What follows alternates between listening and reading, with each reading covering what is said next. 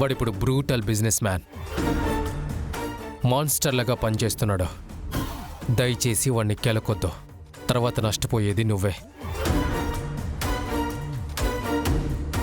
మావయ్య ఇలా రండి. వస్తున్నాను విహారీ. మావయ్య ఇన్వెస్టర్స్ వస్తున్నారా? ఇన్వెస్టర్స్ ఇంకా రాలేదురా. వాళ్ళు ఇంకా మనం పెట్టిన ప్రపోజల్కి ఆలోచించుకుంటున్నారు. వాట్? ఆలోచించుకుంటున్నారా? అదేంటి మావయ్య, నేనంత క్లియర్గా నా టార్గెట్ని, నా ప్లాన్స్ని ఎక్స్ప్లెయిన్ చేశాను కదా. అది కాదురా, నువ్వు ఈ 5-6 సంవత్సరాల నుంచి బిజినెస్ వైపు లేవు కదా, దాని గురించే వాళ్ళ ఆలోచనలో పడ్డారు. ఓకే మావయ్య, డైరెక్ట్గా ఇన్వెస్టర్స్తోనే నేను మాట్లాడతాను. వాళ్ళ ఆలోచనల్ని, డౌట్స్ని నేనే అన్ని క్లారిఫై చేస్తాను. మావయ్య, మనకి ఇన్వెస్ట్మెంట్ చాలా ముఖ్యం. అలాగే అల్లుడు. ఓకే.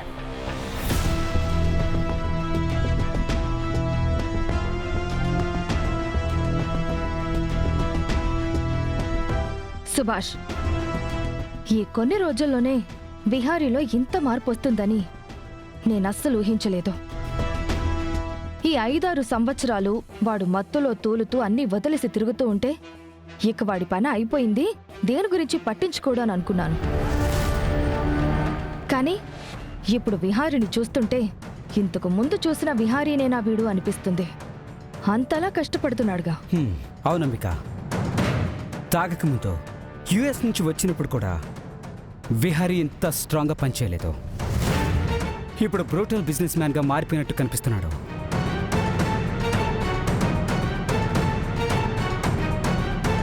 సుభాష్, ప్రతి మనిషి మార్పు వెనుక ఒక కారణం ఉంటుంది. విహారిగాడి మార్పు వెనుక కారణం మా అన్నయ్య అనే ఎమోషన్. వాడి నాన్న జ్ఞాపకంగా ఆ కంపెనీని వాడు చూసుకుంటున్నాడు. వాళ్ళ నాన్న మొదటిసారి పెట్టిన కంపెనీ కాబట్టి పట్టుదలతో ఎలాగైనా సరే హరికృష్ణ ఎంటర్ప్రైజెస్ ని పైకి తీసుకురావాలనే దృక్పథంతో కఠోరంగా వాడు ప్రయత్నం చేస్తున్నాడు. అవునంబిక, ఆఫీస్ వ్యవహారాలన్నీ తనొక్కడే నడిపిస్తున్నాడు. డెసిషన్స్ కూడా తనే తీసుకుంటున్నాడు. ఎవ్వరూ ఇన్వాల్వ్ అవ్వడానికి ఛాన్సే ఇవ్వట్లేదు. ఎవరికి నిర్ణయాలు తీసుకునే అవకాశం కూడా ఇవ్వట్లేదు. ఒక నియంతలాగా పనిచేస్తున్నాడు.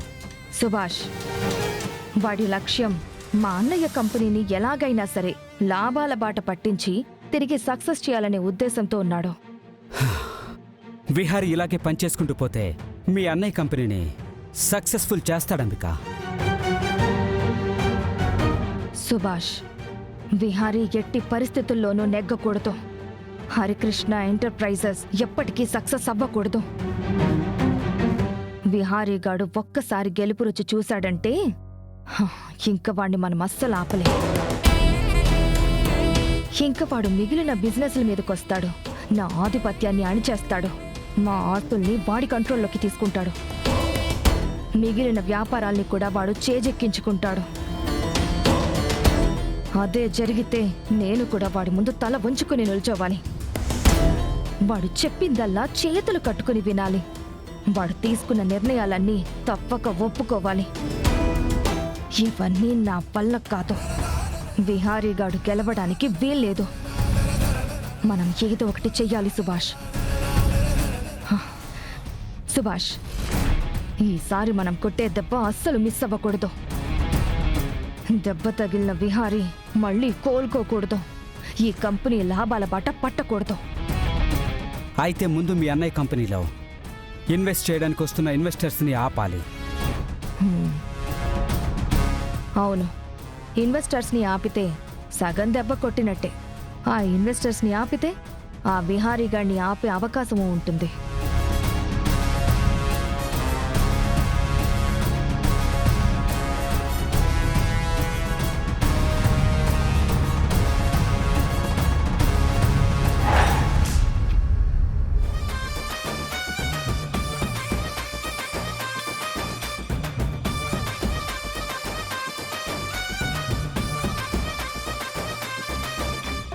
కాళరాత్రి కోటలో మృత్యు శిఖర మేఘమై పుర్రెమాల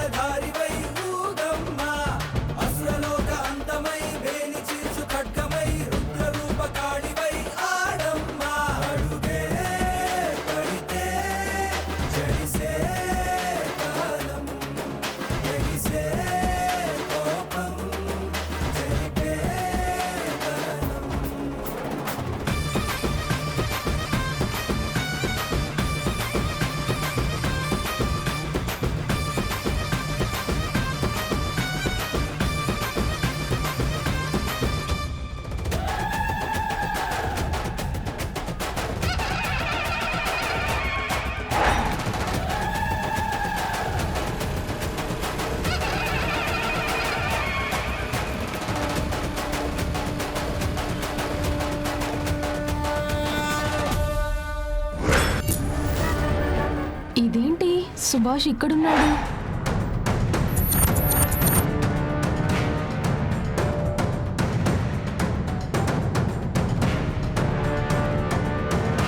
మానస నన్ను చూసేసింది. వెంటనే అంబికని ఇక్కడి నుంచి పంపించేయాలి, లేకపోతే నేను దొరికిపోతాను.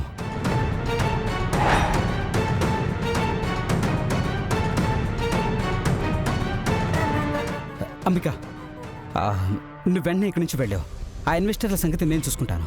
అది కాదు సుభాష్, ఇన్వెస్టర్స్ మన మాట వింటారంటావా? ఆ సంగతి నేను చూసుకుంటాను. వాళ్ళని ఎలాగైనా మన మాట వినేలాగా చేస్తాను. నువ్వు ముందు ఇక్కడి నుంచి వెళ్ళు. మనిద్దరిని ఎవరైనా చూస్తే ఇక్కడ ప్రమాదం. ఇక్కడెవరు చూస్తారు? అదే, ఇక్కడ ఎవరూ లేరనుకో. కాకపోతే ఎందుకైనా మంచిది. ముందు నువ్వు వెళ్ళు, నేను వచ్చి నిన్ను కలుస్తాను కదా. సరే, ఆ ఇన్వెస్టర్స్ని ఎలాగైనా ఇన్వెస్ట్ చేయకుండా మనమే అడ్డుకోవాలి.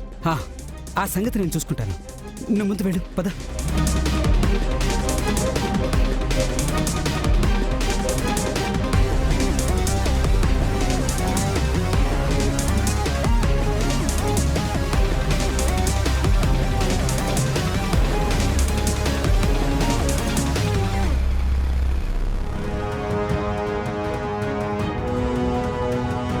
సుభాష్, నువ్వు ఇక్కడున్నావేంటి?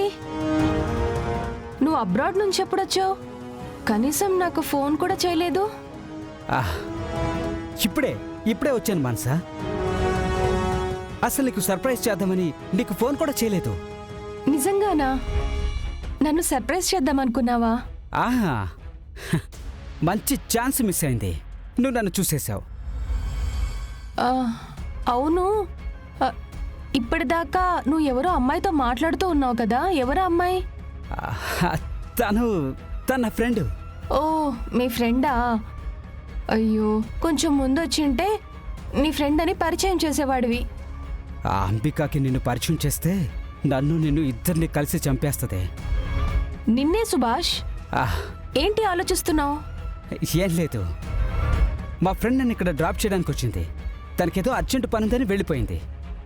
ఈసారి ఎప్పుడైనా పరిచయం చేస్తానులే. సరే సుభాష్, చాలా రోజుల తర్వాత ఇంటికి వచ్చావు, పద ఇంటికి వెళ్దాం. అమ్మయ్యా, కవర్ చేశాను. సుభాష్! ఏం లేదు, పద వెళ్దాం.